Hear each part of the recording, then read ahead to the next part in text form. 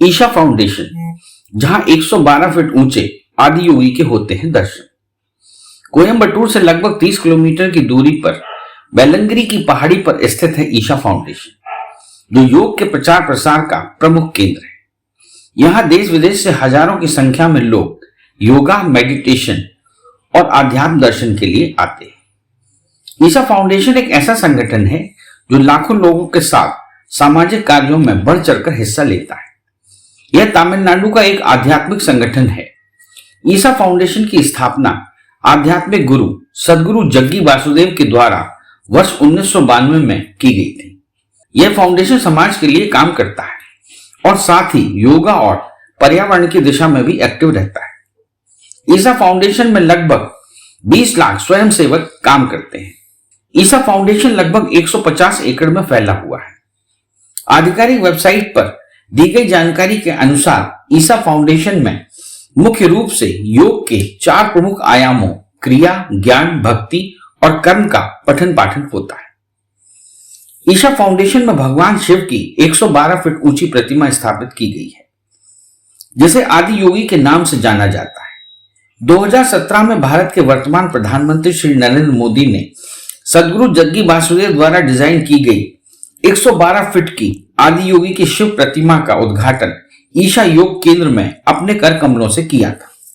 आदि योगी की विशाल प्रतिमा को गिनीज बुक में दर्ज किया गया है। यह 25 फीट चौड़ी प्रतिमा है और यह प्रतिमा 500 टन स्टील से बनाई गई है। आपको बता दें कि हर साल महाशिवरात्रि के मौके पर ईशा फाउंडेशन में भव्य कार्यक्रम का आयोजन किया जाता है। इस भव्य कार्यक्रम में शामिल होने के लिए देश विदेश से लाखों की संख्या में श्रद्धालु आते हैं। आपको बता दें, आदि योगी की प्रतिमा के ठीक नीचे योगेश्वर लिंग है। आदि गुरु का कहना है कि योगेश्वर लिंग को 5 चक्र और 16 आयान मिलकर बनाया गया है, जो साधना और ऊर्जा का प्रतीक है। इस लिंग को इस तरह से तैयार किया गया है कि इस लिंग की आयु हजारों साल होगी।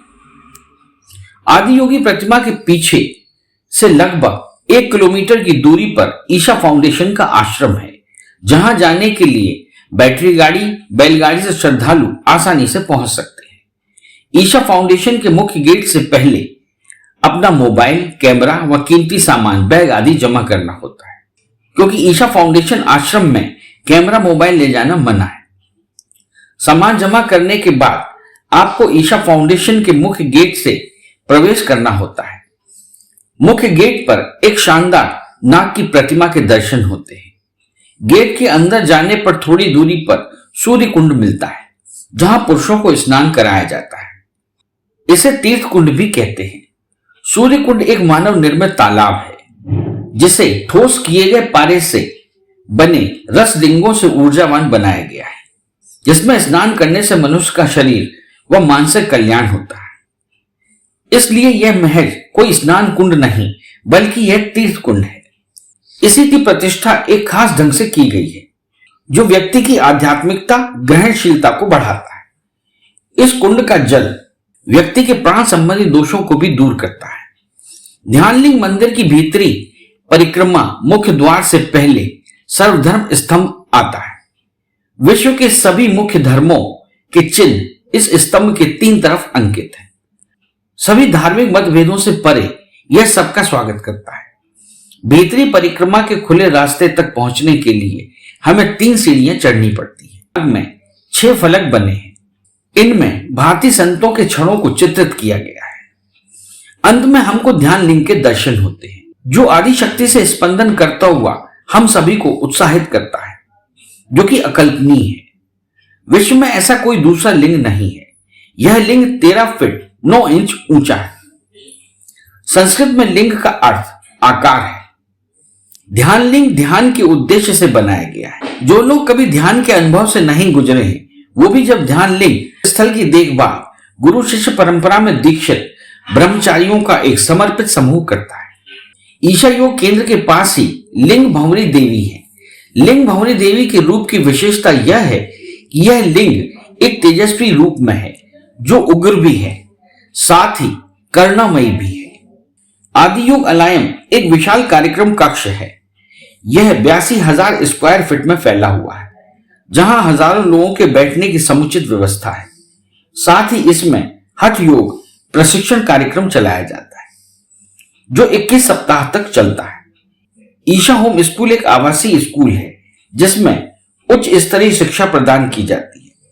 वेबसाइट पर दी जानकारी के मुताबिक स्कूल में प्रतिभाशाली शिक्षकों द्वारा भारतीय पद्धति से शिक्षा दी जाती है, जिसमें सुबह सभी बच्चों को योग भी सिखाया जाता है।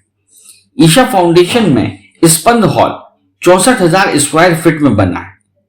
ईशा योग केंद्र के योग और तमाम दूसरे कार्यक्रम यहीं पर आयोजित होते हैं। स्पंद हॉल में एक गार्डन और मेडिटेशन हॉल भी है जहां लोग एकत्र होकर योग करते हैं। आपको बता दें, ईशा फाउंडेशन के संस्थापक का नाम जग्गी वासुदेव है, जिन्हें सदगुरु के नाम से भी जाना जाता है। सदगुरु का जन्म 1957 में मैसूर में हुआ था। सदगुरु के पिता एक डॉक्टर थे और लोगों की सेवा करते थे, जबकि सदगुरु को बचपन से ही प्रकृति से काफी लगाव था। प्रकृति प्रेम के चलते वे कई बार जंगल में घूमने के लिए निकल जाते थे।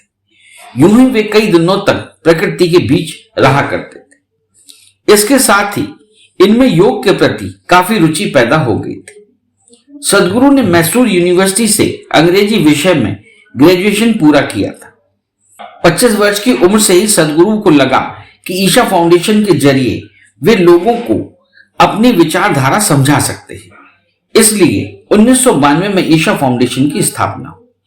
आपको बता दें, भारत सरकार द्वारा जग्गी वासुदेव को पर्यावरण की दिशा में काम करने, नदियों का संरक्षण करने और योग में योगदान देने के चलते वर्ष 2017 में पद्म भूषण पुरस्कार से सम्मानित किया था। सदगुरु ने एक लेखक के रूप में भी उल्लेखनीय कार्य किया है। उनकी रचित पुस्तक का नाम inner engineering a yogi's guide to joy है, जिसे काफी प्रसिद्धि मिली है। सदगुरु ने अच्छे वक्ता के रूप में कई अंतरराष्ट्रीय मंचों पर भाषण दिए हैं।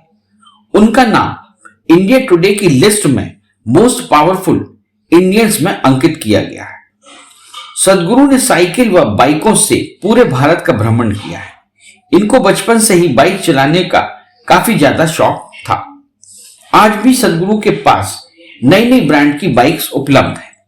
सदगुरु को हम आध्यात्मिक गुरु, मोटिवेशनल स्पीकर के रूप में भी देख सकते हैं, क्योंकि जब भी सदगुरु कोई प्रोग्राम आयोजित करते हैं तो इनके प्रोग्राम में लाखों लोग शामिल होते हैं।